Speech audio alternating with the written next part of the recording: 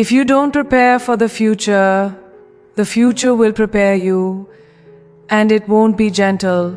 I want to talk to you today because something inside you already knows. You feel it when the room goes quiet. You feel it when you look at your life and think, there has to be more than this. More purpose, more courage, more truths. 2026 is not just another year on the calendar. It's a mirror. It will reflect who you decided to become or who you kept postponing. And before that mirror shows you anything, you must choose who you're going to be. There comes a moment in every life when silence becomes louder than noise, when achievement no longer answers the questions that keep you awake at night. I've been there. Busy days, full calendars, a life that looked impressive from the outside, but inside something felt unsettled, not broken, just unclear. And that uncertainty wasn't dramatic, it was subtle. It showed up as a distraction, as staying busy so I wouldn't have to sit still long enough to listen to myself. That's how confusion works. It doesn't scream, it whispers. And most people ignore it for years. Getting ready for what's ahead doesn't start with action. It starts with honesty, with the courage to pause and ask yourself questions that don't have easy answers. Who am I becoming? Why am I doing what I'm doing? And is this life aligned with my values or just my fears? Clarity is uncomfortable because once you see the truth, you can't pretend anymore. You can't unknow what your soul is trying to tell you. And that's why so many people avoid it.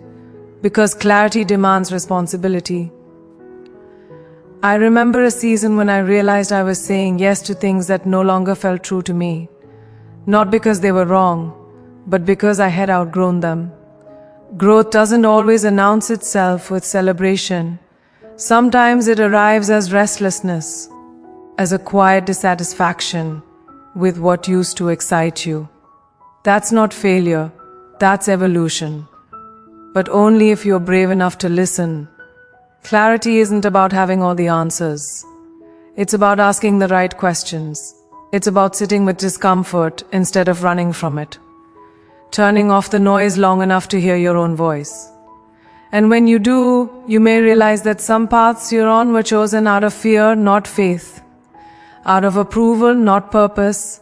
Out of habit, not intention. This is where courage enters. Because clarity will ask you to make changes.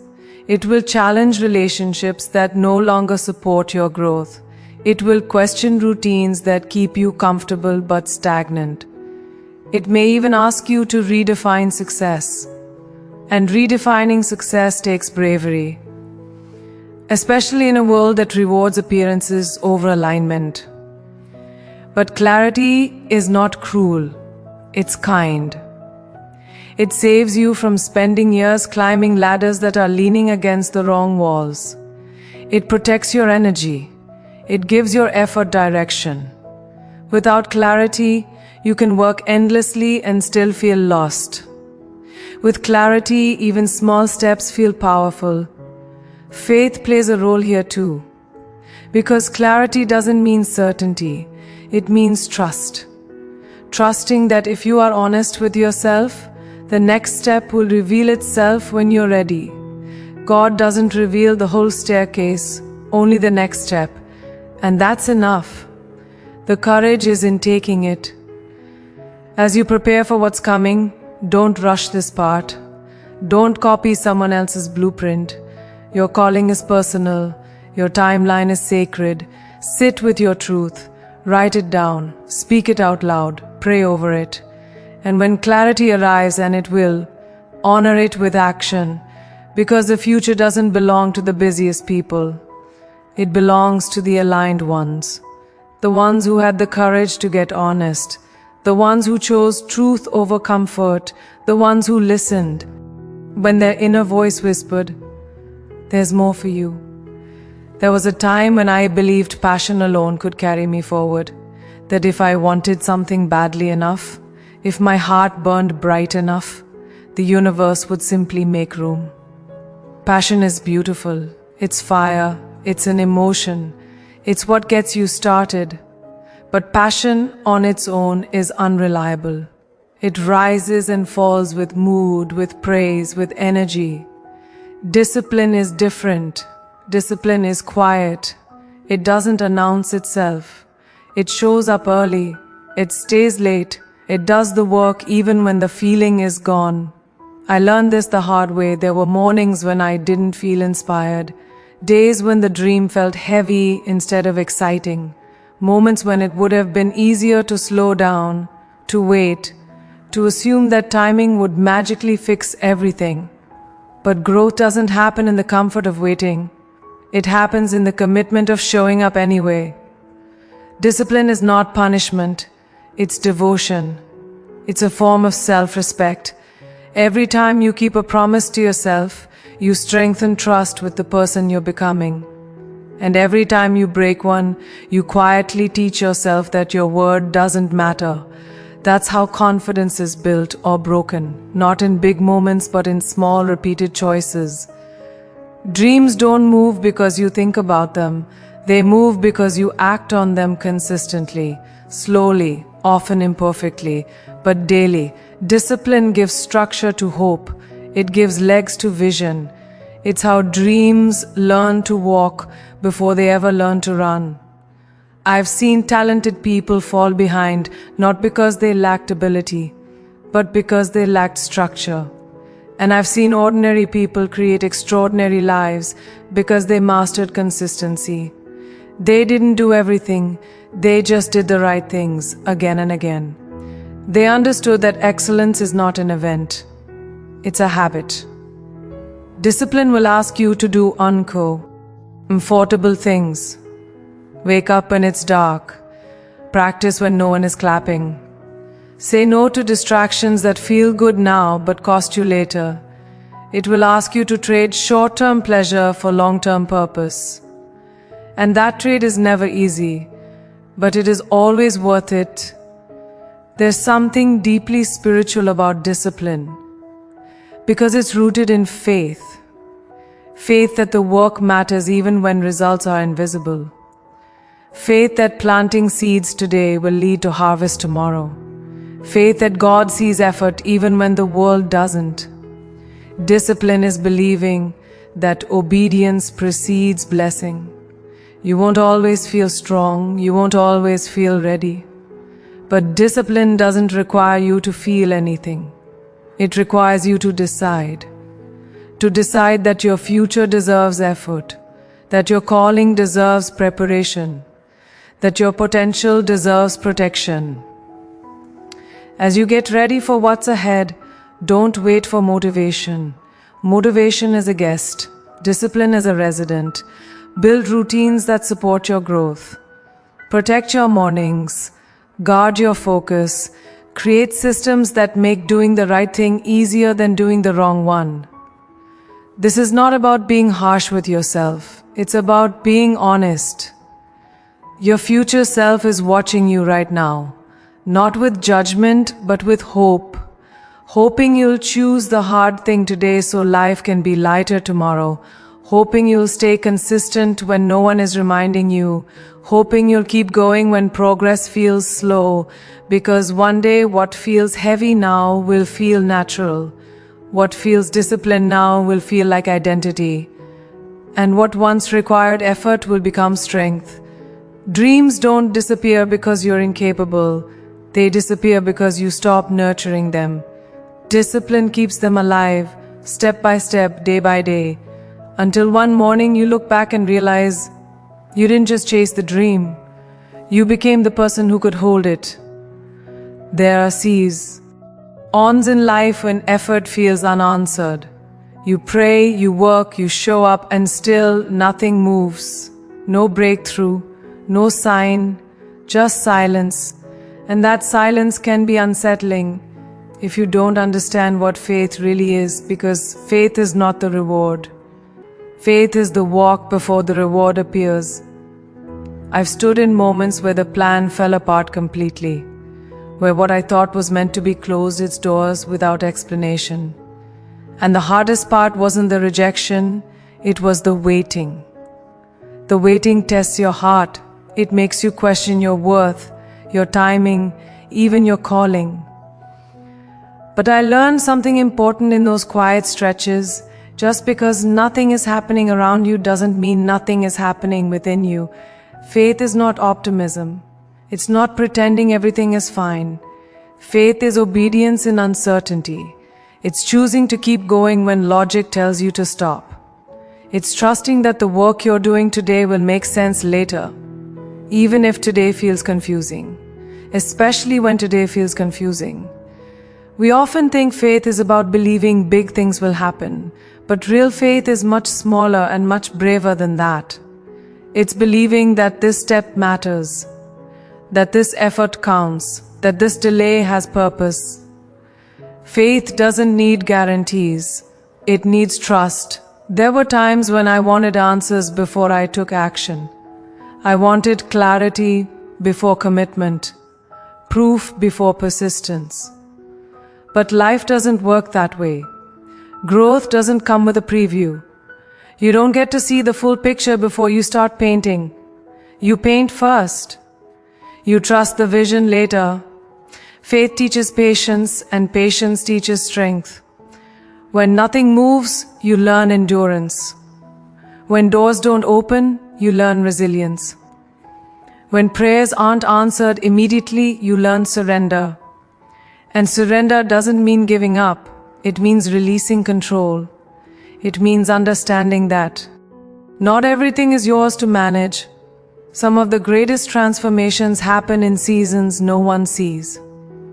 When there's no applause, no validation, no external success to point to, those are the seasons when character is built, when humility is learned, when your relationship with God deepens, not because things are going well, but because you choose trust anyway. Faith is what keeps you steady when the outcome is uncertain. It's what reminds you that your worth is not tied to speed, that delay is not denial, that preparation often looks like waiting. And waiting, when done with faith, is not wasted time. I used to believe that unanswered prayers meant something was wrong. Now I understand they often mean something better is being prepared, something you're not ready for yet, something that requires more strength, more wisdom, more grounding than you currently have. And instead of rushing the blessing, faith allows the blessing to grow roots. Faith also teaches humility. It reminds you that you are not self-made, that every opportunity, every door, every moment of grace is connected to something bigger than you. When you stop trying to control everything, you make room for guidance. When you stop demanding timelines, you allow alignment. Preparing for what's next means trusting the process even when it's uncomfortable, especially when it's uncomfortable. It means showing up with excellence even when recognition is absent. It means doing the right thing because it's right, not because it's rewarded. And here's the quiet truth. Faith is built in repetition. Every time you choose courage over fear, every time you move forward without proof, every time you stay kind in disappointment, every time you keep your integrity when shortcuts tempt you, faith grows. You may not see progress yet. That doesn't mean it's not happening. Roots grow underground before anything breaks the surf. Ace. And when they're strong enough, growth becomes inevitable. So if you're in a season where nothing makes sense, stay faithful, stay grounded, stay obedient to the work you know you're meant to do. The reward will come in its time. Not rushed, not forced, perfectly aligned. Because when faith leads, the destination is never wasted. At some point, you realize that effort alone is not enough.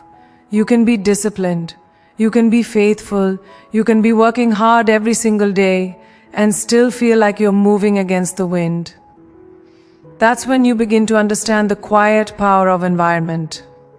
Because growth doesn't happen in isolation. It happens in context. I learned this when I noticed how differently I showed up in different spaces. In some rooms I felt expanded, challenged, awake. In others I felt small, careful, muted. Nothing had changed about my talent or my work ethic, only the environment had. And that's when it became clear. Your surroundings are constantly shaping you, whether you're aware of it or not. Your environment is not just where you live. It's what you listen to, what you watch, who you speak to, what you normalize. It's the conversations you repeat and the standards you tolerate. Every environment carries an expectation, and over time, you unconsciously rise or fall to meet it. There was a season when I stayed in places that felt familiar but no longer felt aligned. Not because they were bad, but because they no longer asked more of me. Familiarity is comforting, but comfort is not the same as growth. Comfort keeps you safe. Growth makes you stretch. And stretching, by nature, is uncomfortable. Leaving familiar environments can feel like betrayal of people, of past versions of yourself, of identities you once needed. But loyalty to what no longer serves your growth can quietly limit your future. Growth often requires distance, not from people why, oh love, but from patterns that keep you small. You don't need people around you who agree with everything you say. You need people who challenge how you think, who call you higher, who are not threatened by your evolution. Real growth communities don't compete, they elevate. They don't gossip, they build. They don't drain, they sharpen. Your environment should make excellence normal, not exceptional. When discipline is common, it becomes easier. When integrity is expected, it becomes natural. When courage is modeled, it becomes contagious. But when excuses are accepted, ambition slowly dies. When mediocrity is normalized, potential fades quietly.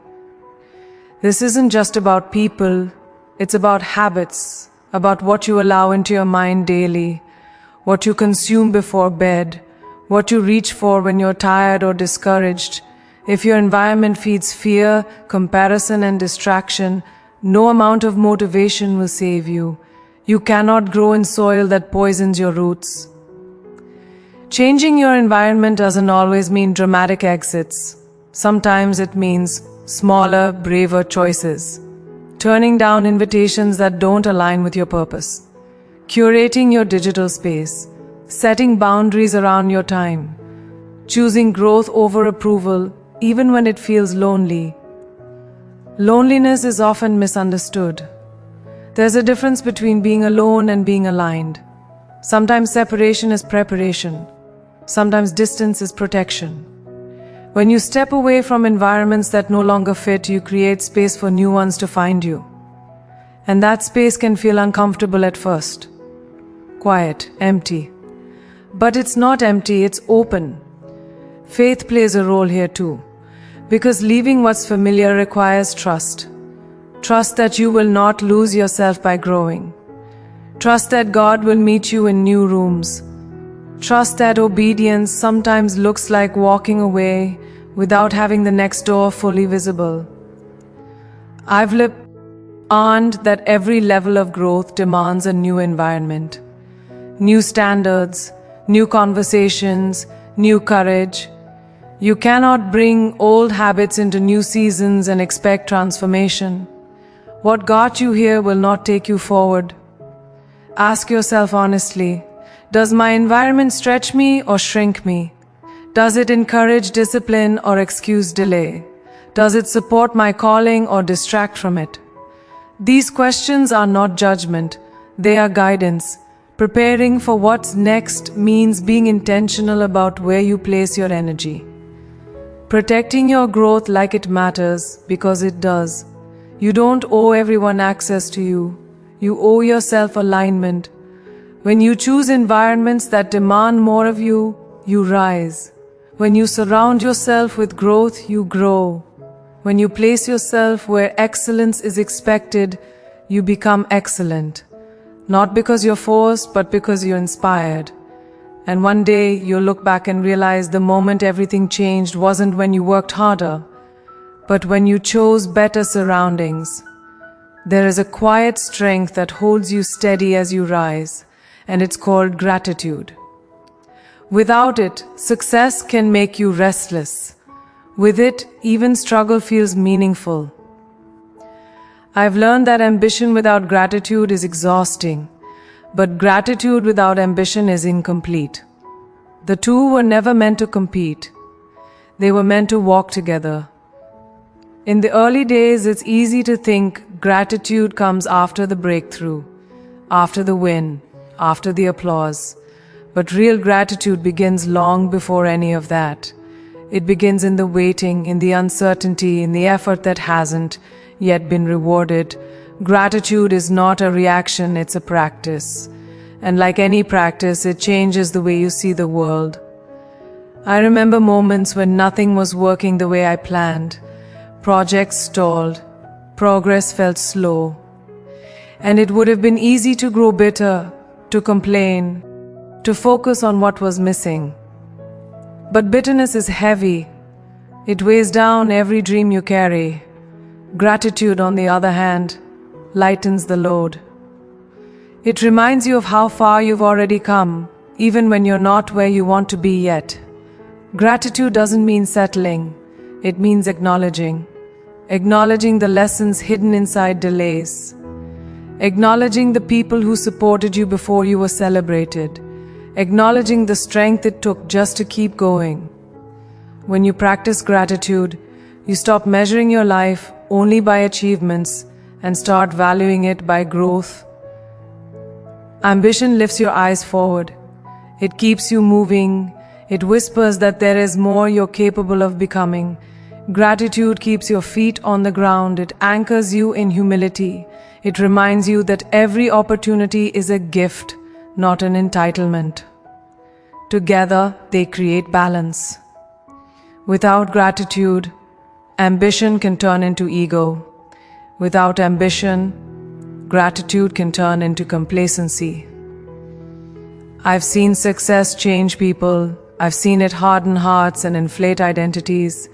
And I've seen it soften people too, make them more generous, more aware, more grounded. The difference is gratitude. When you remember where you started, you don't lose yourself when you rise. When you remember who helped you, you don't climb alone. Gratitude also trains your mind to see abundance instead of lack. When you constantly focus on what you don't have, you live in scarcity, even if you have plenty. When you focus on what you do have, you create a sense of enough that fuels peace, and peace is powerful. It allows you to work without desperation, to dream without anxiety, to grow without losing your center. There is faith in gratitude. Thanking God before the outcome is an act of trust. It's saying, I may not understand the timing, but I trust the purpose. Gratitude turns prayers into conversations instead of demands. It shifts your posture from entitlement to surrender. As you prepare for what's ahead, build gratitude into your daily rhythm, not just for the big things, but for the ordinary ones. The discipline to show up, the strength to keep going, the breath in your lungs, the opportunity to try again. These are not small gifts, they are the foundation of everything else. When ambition drives you, gratitude directs you. It ensures that as you rise, you remain rooted, that your success doesn't distance you from your humanity, that your dreams don't disconnect you from service. And here's the beautiful paradox: the more grateful you are, the more you grow. Because gratitude opens your heart, and an open heart attracts opportunities, relationships, and wisdom that a closed one never will. You don't prepare for the future by resenting the present. You prepare by honoring it, by recognizing that every season, especially the difficult ones, is shaping you into someone stronger, wiser, and more compassionate. So keep your eyes on what you're becoming, but keep your heart thankful for where you are. That balance will carry you further than ambition ever could on its own. There comes a point in the journey when achievement alone stops satisfying the soul. You reach a goal you once prayed for, and instead of fullness, you feel a quiet emptiness asking a deeper question: is this all for me? That question is not doubt, it's awakening. It's the moment you realize that success without service echoes, but it doesn't last. I learned early that recognition feels good, but contribution feels right. Applause fades, impact stays. When your work serves only your ego, it may elevate your status, but it will never anchor your spirit.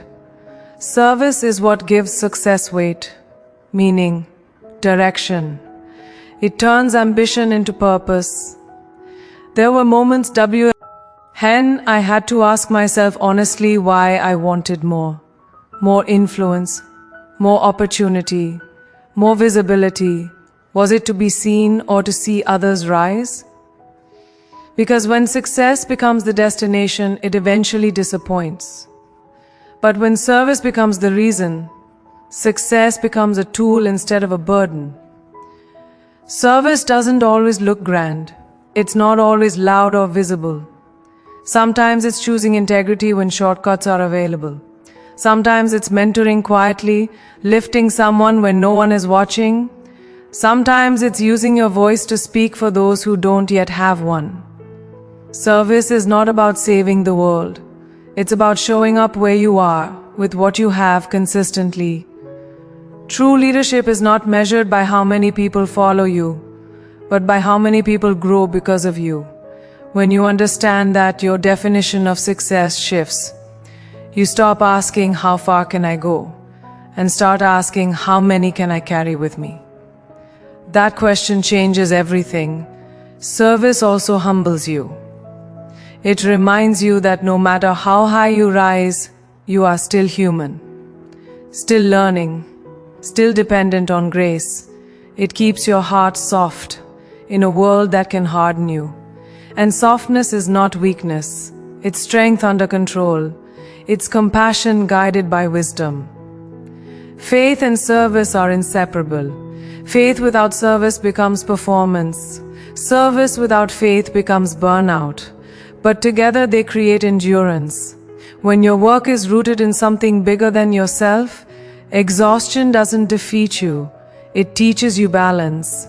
You learn to give without losing yourself, to serve without needing validation. I've seen people chase success relentlessly, only to feel isolated at the top. And I've seen people build lives of meaning by focusing on contribution first, and success followed naturally. Not because they chased it, but because purpose attracts opportunity. When your intention is clean, our path becomes clearer. Service sharpens your character. It teaches patience, because helping others rarely follows your timeline. It teaches humility, because impact doesn't always come with credit. It teaches resilience, because serving people means dealing with imperfection, your own and others. And through all of that, it shapes you into someone capable of holding greater responsibility. Preparing for what's next means asking yourself a brave question. Who benefits if I win? If the answer is only you, the victory will be short-lived. But if your growth creates space for others to rise, your success becomes sustainable. Because impact multiplies, ego isolates. Service doesn't mean self-neglect. It means alignment. It means using your gifts intentionally. Your talent, your story, your platform, none of it is accidental. You were given what you have to steward it, not hoard it. And stewardship requires awareness. It asks you to stay connected to people, not above them. There is a deep fulfillment that comes from knowing your work matters beyond metrics, beyond titles, beyond numbers. When you go to sleep knowing someone's life is lighter because you showed up, that is success in its purest form. That is wealth that cannot be taken from you. As you prepare for the future, don't just build skills, build character. Don't just chase platforms, create pathways for others. Let your ambition be guided by compassion. Let your goals be grounded in service. Because in the end, the world will not remember how impressive you were. It will remember how generous you were, how you treated people when you didn't need anything from them, how you used your influence when no one was forcing you to. That is the kind of success that lasts. There is a moment in every life when you realize the version of you that once survived cannot be the version that leads you forward. What kept you safe before may now be keeping you small. And that realization can feel frightening, because reinvention asks you to loosen your grip on identities that once defined you. But growth has never been about denial. It's about obedience. Obedience to who you are becoming. I've had to reinvent myself more times than I can count. New countries, new careers, new expectations. And each time there was a quiet fear beneath the excitement. A voice asking, what if I fail? What if I lose myself? What if people don't recognize me anymore? But what I learned is this: reinvention doesn't erase who you were. It honors it. It takes the lessons, the scars, the wisdom, and carries them forward into something stronger. We often cling to old versions of ourselves because they're familiar, even when they're limiting, even when they're painful. There's comfort in the known, even if the known no longer fits. But outgrowing an identity is not betrayal. It's evidence of growth. And growth will always demand change. Reinvention requires courage because it places you in beginner energy again. It humbles you. It reminds you that mastery is temporary and learning is lifelong. You have to be willing to look foolish before you look confident, to be misunderstood before you are respected, to be uncertain before you are aligned. That's not weakness, that's bravery. There were moments when I had to let go of how people saw me, titles, labels, expectations. And that letting go felt like standing in the middle of nowhere with no map. But faith doesn't give you maps. It gives you direction. Reinvention is trusting that direction, even when the destination is unclear. You are not meant to stay the same. Stagnation is not loyalty. It's fear disguised as comfort. And fear has a very convincing voice. It will tell you it's too late, that you're too far in, that changing now would make everything you've done before me meaningless. None of that is true. Growth never invalidates the past. It completes it. Reinvention also demands honesty. You have to admit when something no longer aligns, when a dream has shifted, when your values have matured. That honesty can be painful, especially when others expect you to remain who you used to be. But you do not owe the world a frozen version of yourself. You owe your soul truth. Faith plays a powerful role here, because reinvention is an act of trust. Trust that God is not finished with you. Trust that new assignments require new versions of you. Trust that obedience sometimes means releasing what worked before to make room for what will work next. You don't change because you failed. You change because you're being called higher. Reinvention is not dramatic. It's often quiet. It looks like a new habit, new boundaries, new priorities. It looks like choosing differently, even when no one is watching. It looks like saying no to what drains you and yes to what scares you in the right way. It's not about becoming someone else. It's about shedding what is no longer true. And here's the truth. Most people don't tell you every reinvention comes with grief. You grieve the old self, the certainty, the identity that once gave you belonging. That grief is natural. It doesn't mean you're making the wrong choice. It means you're human.